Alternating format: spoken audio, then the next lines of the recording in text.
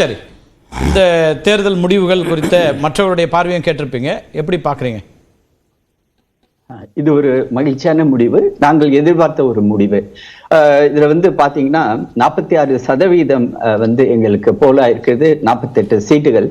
இது நாங்க ஏன் எதிர்பார்த்த ஒரு முடிவு அப்படின்னு சொல்றேன்னா, இந்த மைக்ரோ மேனேஜ்மெண்ட் இது திரு அமித்ஷா அவர்களுடைய அந்த களப்பணி, ஒவ்வொரு பூத் அந்த பூத்திலும் அடுத்தபடியாக அந்த ஒரு பூத்துல உள்ள லிஸ்ட்லயே எடுத்து பாத்தீங்கன்னா ஒரு பக்கத்துக்கு ஒரு இன்சார்ஜ் போட்டு அது வேலை வாங்கக்கூடிய அந்த ஒரு அருமையான ஒரு சாணக்கியத்தனம்.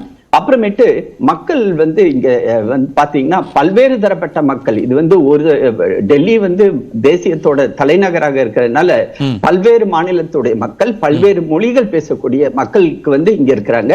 அதுல பாத்தீங்கன்னா ஒரு சில டேட்டா பாயிண்ட் மட்டும் நான் ஷேர் பண்றேன். பூர்வாஞ்சலி மக்கள் அப்படின்னு உத்தரப்பிரதேசம், பீகார் அங்கிருந்து வரக்கூடிய மக்களுக்கு டாமினண்டா இருக்கிறது ஒரு 25 சீட்டு, அவங்கள 18 சீட்டு நாங்க எடுத்திருக்கிறோம். மகளிர் ஓட்டு அதிகமா பிரிடாமினண்டா இருக்கிறது 41 சீட்டு, அதுல 29 சீட்டு நாங்க எடுத்திருக்கிறோம். இந்த தேர்தல்ல பாத்தீங்கன்னா ஈக்குவலா மகளிரும் ஓட்டு போட்டிருக்காங்க, ஆடவர்களும் போட்டிருக்காங்க. அது ஒரு வித்தியாசமா பார்த்தோம். நார்மலா மகளிரோட ஓட்டு அதிகமா கூட இருந்துச்சு இதுக்கு முன்னாடி இருந்த, அதாவது ஆம் ஆத்மி கட்சி இந்த 2 தடவை ஜெயிச்சதுல பெண்களுடைய ஓட்டு அதிகமாக இருந்துச்சு. இந்த தடவை அது மாதிரி இல்லாம ஈக்குவலா 2 பேருமே 60% தான் போல் பண்ணிருக்காங்க.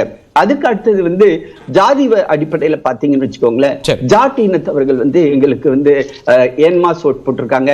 அதே மாதிரி ஒரு பெண்கள், பட்டியலின மக்கள் எல்லா இடத்திலயுமே வாக்கு எல்லாரும் இருக்கு, தொகுதிகள் வெற்றி பெறக்கூடிய மாறி இருக்கு. ஆமா, இதனுடைய காரணம் என்ன அப்படின்னா, நீங்க பாத்தீங்கன்னா அரவிந்த் கெஜ்ரிவால் மேல மக்களுக்கு ஒரு வெறுப்பு விட்டது. 10 வருடங்களாக அவர் டெல்லிக்கு என்ன செய்தார் அப்படின்ற ஒரு கேள்வி எழும்பொழுது, டெல்லிக்கு அவர் எதுவுமே செய்யாமல் ஊழலை நோக்கிதான் அவருடைய பயணம். அவரை உருவாக்கி அண்ணா ஹசாரே இன்னைக்கு சொல்லியிருக்கார், நான் வருத்தப்பட்டு சொல்றேன், நான் இவர் இவ்வளவு பெரிய ஊழலாம் செய்வார்னு நான் எதிர்பார்க்கவே இல்லை, இருந்திருந்தால் நான் இவரை ப்ரொஜெக்ட் பண்ணி அமைதியாயிட்டாரா சார்? நடுவுல பல குற்றச்சாட்டுகள் விமர்சனங்கள் வந்தப்ப அவரு எங்க போனார்னே தெரியல. இன்னைக்கு பேசியிருக்காரு. அதுக்கப்புறமேட்டு இன்னொரு விஷயம் என்னன்னா, இப்போ மோடி கொடுத்த கேரண்டி, இப்ப நாங்கள் வாக்குறுதிகள் கொடுத்தோம். அந்த வாக்குறுதிகள் அவர்களும் கொடுத்தார்கள், நாங்களும் கொடுத்தோம், காங்கிரஸ் கட்சியும் கொடுத்தோம். காங்கிரஸ்க்கு தொடர்ந்து 6 தேர்தலில் 0-0-0 அது போயிட்டு இருக்குது. அதனால ரவீந்திரன் துரைசாமி சொன்னது மாதிரி அது ஒரு பாரசைட், ஒரு ஒட்டுண்ணி, இன்னொருத்தவங்களை நம்பி வாழ்ந்து அவங்களை அழிக்கக்கூடியது அது காங்கிரஸ் கட்சி. அதை பத்தி நம்ம பேசி நம்ம நேரத்தை வேணாக்க தேவையில்லை. ஆனா இந்த இடத்துல மோடி அவர்கள் கொடுத்த அந்த ப்ராமிஸ் பாஜக ஃபுல்ஃபில் பண்ணுமா பண்ணாதுன்னா அது ஃபுல்ஃபில் பண்ணும்ன்ற ட்ராக் ரெக்கார்டு எங்களுக்கு. அதன் காரணமாக தான் மக்கள் தொடர்ந்து எங்களுக்கு வாக்கு செலுத்துகிறார்கள். ஹரியானாவாக இருந்தாலும் சரி, மகாராஷ்டிராவாக இருந்தாலும் சரி, அதற்கு முன்பு நடந்த மத்திய பிரதேஷ், சத்தீஸ்கர் அப்படின்னு ராஜஸ்தான். அரவிந்த் ஏதோ குறுக்கிட விரும்புறாரு உங்களுக்கு பேசுறதுக்கு. என்ன அரவிந்த், என்ன அதுல மாறுபட்ட கருத்து ஏதாவது இருக்கா? இல்லைங்க, என்னன்னா 2024 நாடாளுமன்ற தேர்தலுக்கு பிறகு பாஜக எலெக்ஷன் ஸ்ட்ராட்டஜி ரொம்ப மாத்திட்டாங்க. சரி, கவர்மெண்ட் அட்மினிஸ்ட்ரேஷன்ல இருந்து ஒவ்வொரு அமைப்புகளும் பாஜகவுக்கு ரொம்ப கேர்ஃபுல்லா ஹெல்ப் பண்றாங்க.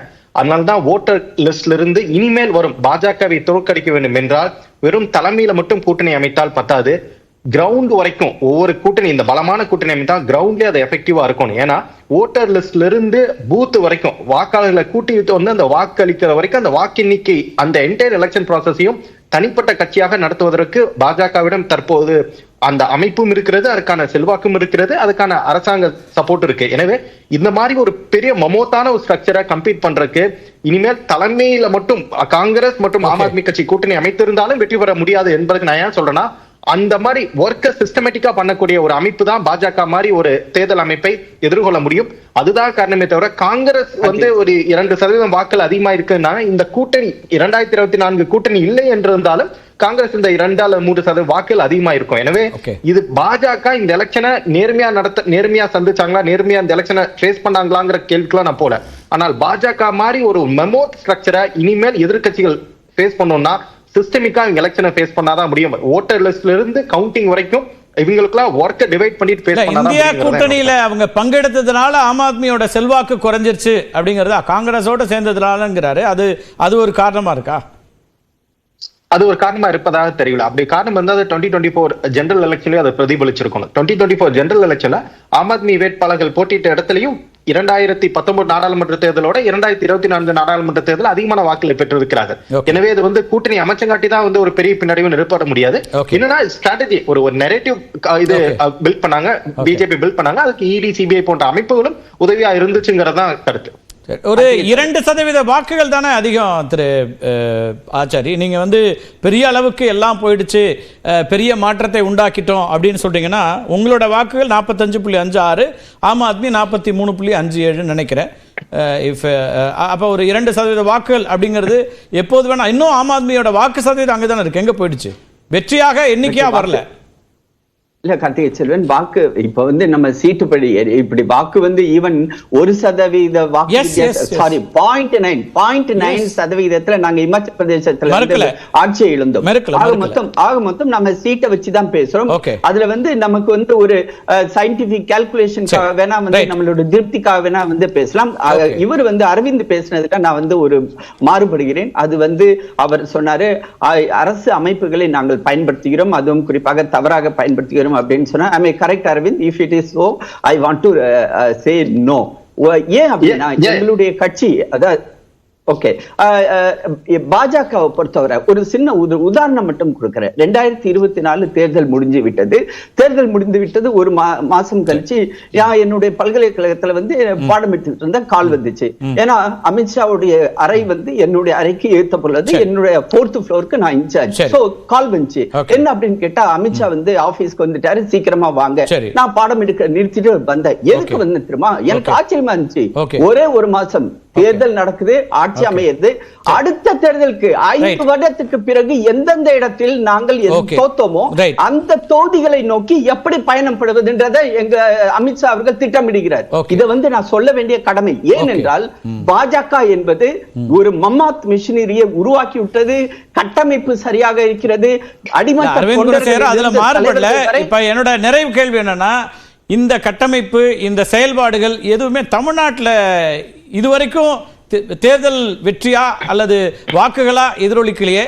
அதை எப்படி பாக்குறீங்க?